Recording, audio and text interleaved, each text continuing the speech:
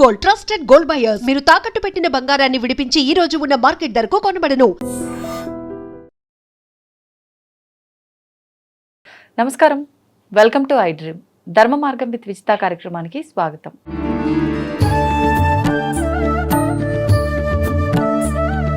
ప్రస్తుతం మనతో పాటు ఉన్నారు భారతీ శంకరపీఠం వ్యవస్థాపకులు, ప్రముఖ జ్యోతిష వాస్తు పండితులు బ్రహ్మశ్రీ అన్నవరపు తిరుపతి మూర్తి అవధాని గురుగారు. ఇప్పుడు గురుగారితో మాట్లాడతాం. నమస్కారం గురుగారు. పరమేశ్వరార్పణం. గురుగారు, జూన్ 27వ తారీఖు శని త్రయోదశి వచ్చిందండి.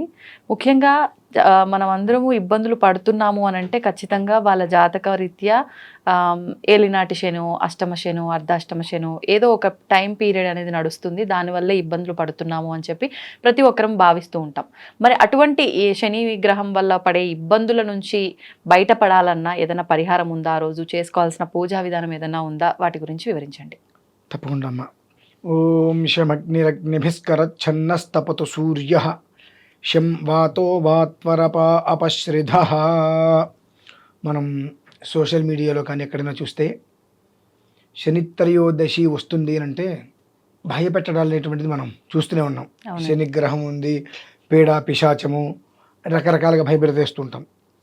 ఎవరు భయపడాలి, ఎందుకు భయపడాలి, ఎప్పుడు భయపడాలి అనేటువంటి విషయం దృష్టిలో తీసుకుంటే అధర్మ మార్గంగా వెళ్ళే వాళ్ళు మాత్రమే భయపడాలండి.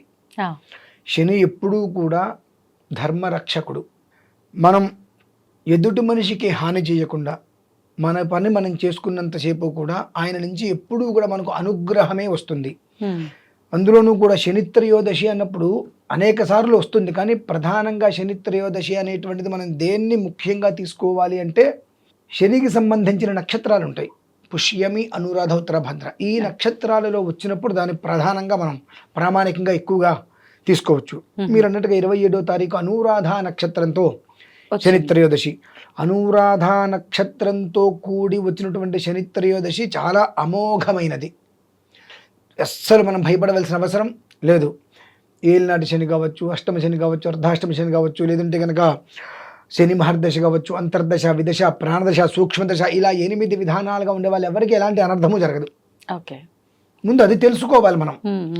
అనర్థము అనేటువంటిది మన మనస్సుని, మన బుద్ధిని అనుసరించి ఉంటుంది. మన మనస్సు, మన బుద్ధి బాగున్నాయి అన్నప్పుడు అనర్థం ఎందుకు వస్తుంది అన్నమాట మనకు. కాబట్టి శని వలన ఏదో అనర్థం జరుగుతుందని కాదండి. ఏ పరిస్థితులలో కూడా ఏ కారణం చేతనైనా మనం కాస్త కర్మ ప్రారంధవశాత్తు కుటుంబమును ఇంకోటను కొన్ని పరిస్థితుల్లో కలియుగంలో అంత అధర్మం చేయందే బ్రతకడం కష్టం. ఖచ్చితంగా నేనే చెప్తున్నా మాట. నేను పూర్తిగా ధర్మంగా ఉంటా అంటే తొక్కేస్తారు భూమిలోకి. అవునండి. ఇతన్ని నమ్ముకున్నటువంటి భార్య బిడ్డలు ఉంటారు, వాళ్ళు నడురోటికి ఎక్కాలి. కాబట్టి కొన్ని పరిస్థితులు అంటే మన దగ్గర ఒకరి దగ్గర మనం ఉద్యోగం చేస్తున్నాం, వాళ్ళు ఎలా ఉన్నప్పటికీ కూడా మనం ఉద్యోగం చేస్తే మనకి జీతం వస్తుంది కాబట్టి వాళ్ళు ఏం చేసినా మనం పట్టించుకోకుండా మన పని మనం చేసుకుంటాం. అది అధర్మమే కదా ఒక రకంగా. కానీ మన కుటుంబం పోషణ అంటే ఇటు చూసినా ఉన్నవాళ్ళు వాళ్ళే. కాబట్టి మన విధానంలో ఈ కొన్ని కాలమాన పరిస్థితుల్లో చేసేటువంటి అధర్మం నుంచి నన్ను రక్షించు, నీ ఒక్క వక్రగతి కానీ ఉగ్రం అనేటువంటి దృష్టిగా నా మీద పడకుండా నన్ను ప్రశాంతతగా ఉంచు తండ్రి అనేటువంటి విషయంలో శనికి ఎప్పుడూ మనం శాంతి చేసుకోవాలి. ప్రతి శనివారము శనికి తైలాభిషేకం చేసుకోవాలి, దీపారాధన చేయాలి శనికి ప్రతి శనివారము. అటువంటిది ప్రత్యేకంగా సప్తమి శనివారం కలిసి వస్తే ఇంకా విశేషం. ఓకే, ఈ సప్తమి శనివారంలో ఈ యొక్క పుష్యమి, అనురాధ, ఉత్తరభద్ర వస్తే ఇంకా అద్వితీయం. అనురాధ వచ్చిందమ్మా. పుష్యమి, అనురాధ, ఉత్తరభద్ర అంటారు. ఈ 3 నక్షత్రాలు శనివి. అనురాధ వచ్చినప్పుడు మనకు పుష్యమి నక్షత్రం వస్తే కనుక ఆ ఒక యోగం వేరే విధంగా ఉంటుంది. అనురాధ వచ్చింది కాబట్టి అనురాధ అంటే మిత్రదేవత. ఎప్పటికీ కూడా నువ్వు చేసేటువంటి దాని నుంచి ఆయన నవ్వుతూ నేను బయటపడేస్తాడు. మిత్రోదేవత అనేటువంటి దానికి ఉంది కాబట్టి అనురాధ నక్షత్రం మిత్రోదేవత అనేటువంటిది ఉంది కనుక ఈ వచ్చేటువంటిది ఏదైతే 27వ తారీఖు అనురాధ నక్షత్రంతో కూడినటువంటి శనిత్రయోదశి ఏదైతే ఉందో ఆ రోజు నాడు చక్కగా స్వామివారికి తైలాభిషేకం, ఇంకా వీలుంటే చక్కగా తైతీల యోగం ఉందండి ఆ రోజు. యోగం కూడా తైతీల యోగం. అంటే దానివల్ల ఏంటండి చెప్తాను. అంటే కొన్ని యోగాలు ఉంటాయి. ఓకే, తిలం అనేటువంటి తిలహ అంటేనే వాటిని స్పృశిస్తే పాపాలు పోతాయండి. పాపాలు పోతాయి. తిలా పాపహరా నిత్యం విష్ణోర్దేహ సముద్భవ పాపం హరంతు మే క్షిప్రం అతశాంతిం ప్రయచ్చమే అంటారు. ఆ నువ్వుల్ని ముట్టుకుంటే చాలు ఎటువంటి మహాపాతకాలైనా పోతాయి. అటువంటి మహాయోగం ఆ రోజు. కనుక ఆ తిలలతో శనికి తిలహోమం చేసుకోవడం అనేటువంటిది ఇదేదో అనర్థం వస్తేనో ఇబ్బంది వస్తేనో అనర్థాలు అనుభవిస్తుంటేనే కష్టాలు అనుభవిస్తుంటేనే కాదు, మనం ప్రశాంతంగానే ఉన్నాం. కానీ కర్మ ప్రారంధవశాత్తు మనకు ఎటువంటి సమస్య వచ్చి ఇబ్బందులు పడకుండా శని యొక్క వక్ర దృష్టి మన మీద పడకుండా ఎప్పుడూ కూడా ఆయన ఆగ్రహం లేకుండా అనుగ్రహాన్ని మాత్రమే కోరి చేసేటువంటిదే అనురాధ నక్షత్రంతో కూడినటువంటి శని త్రయోదశి. కాబట్టి అది 27వ తారీఖు ఉంది కాబట్టి ఆ రోజు నాడు చక్కగా ప్రతి ఒక్కరూ మనము మన భారతీయ శంకరపీఠం నందు విశేషంగా ఆ శనికి ఆ నల్ల నువ్వులతోటి ప్రత్యేకంగా హోమం చేస్తున్నాము. అక్కడైనా ప్రత్యక్షంగా పరోక్షంగా పాల్గొనవచ్చు, లేదా ఎవరైనా చక్కగా దీనికి సంబంధించిన వైదిక పండితులు ఉన్నట్లయితే వారిని ఇంటికి పిలుచుకొనైనా సరే ఆ రోజు నాడు ఆ శనికి హోమం చేయించుకోవడం అనేటువంటిది. ఇంట్లో శనికి సంబంధించిన పూజలు చేయొచ్చా గురుగారు? ఏంటమ్మా అంటే చాలా మందిలో ఇది ఒక సెంటిమెంట్ ఉంటుంది, అలా చేయించకూడదు అన్నట్లుగా. కర్మ ప్రారంధం అని ఒకటి ఉంటుంది. జన్మతహాగా బాగుపడే యోగం లేకపోతే ఇంట్లో చేయించుకోరు. ఓ, జన్మతహాగా బాగుపడే యోగం లేకపోతే ఇంట్లో చేయించుకోరు. బాగుపడే యోగం ఉందా ఇంట్లో కానీ ఎక్కడైనా ముందు ఆ రోజు నాడు చేయించుకోవడానికి సిద్ధపడతారు. ఎందువల్లనంటే శని మనం రామేశ్వరం ఇలా శనేశ్వరం మొదలది అంటూ ఉంటాం, మన అనిపిస్తూ ఉంటుంది. నాలికకి నరం లేదు కాబట్టి ఎలా పడితే అలా మాట్లాడుతూ ఉంటుంది. దాని యొక్క ప్రభావం వీపుకి తగులుతూ ఉంటుంది. ఈ చిన్న విషయం తెలుసుకోరు. నవగ్రహాలలో చాలా మంచివాడమ్మ శని. నవగ్రహాలలో చాలా ఉత్తముడు ఎవరైనా ఉన్నారంటే శని గ్రహమే.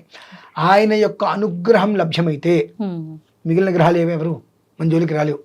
కాబట్టి ఆయన ఆగ్రహం అనేటువంటిది మన జోలికి రాకుండా పరిపూర్ణంగా ఆయన అనుగ్రహాన్ని కోరి మాత్రమే చేసేటువంటిది ఈ యొక్క తైతిల యోగంలో తిల హోమం.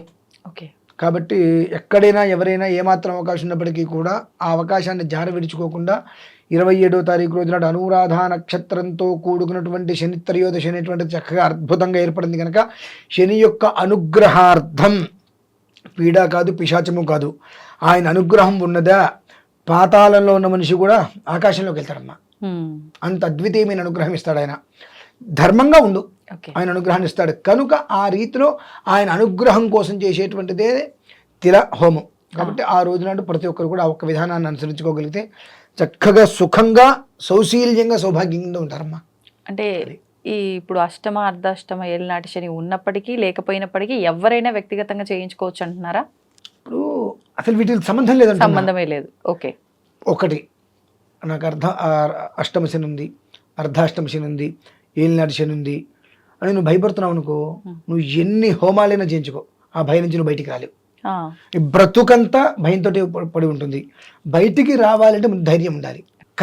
కర్మ నుంచి నువ్వు బయటపడటానికి మార్గం చూసుకో. నువ్వు భయపడుతూ నేను పూజలు చేస్తా అంటే ఫలితం రాదమ్మా ఎప్పుడు కూడా. అందులో ఏలినాటి శని, ఏలటం అంటే ఏంటమ్మా? అసలు ఒక మనిషి ఒక దాన్ని ఏలుతున్నాడు అంటారు. ఏలినాటి శని అంటే నువ్వు ఉన్నటువంటి వాతావరణం మొత్తం కూడా నువ్వు ఏలేటువంటి స్థితిని ఇస్తాడు ఆయన. ధర్మంగా అదే ఆలోచించుకోవాలి. ఏలినాటి శని గానే నాకు శని పట్టింది, దరిద్రం పట్టింది అంటే ఆహా, నీ ఆలోచన ఎలా ఉంది? నెగిటివ్, అలానే పడుతుంది నీకు. శని విషయంలో ఏదైతే మనం ఆలోచిస్తామో అదే తీసుకుంటాడమ్మా. నెగిటివ్ ఆలోచిస్తే జన్మాంతం నీకు నెగిటివ్గానే ఉంటావు. పాజిటివ్గా ఆలోచించడం మొదలు పెడితే జీవితకాలం పాజిటివ్గానే ఉంటావు. శని దగ్గర ఉన్నటువంటి గొప్ప తత్వం అది.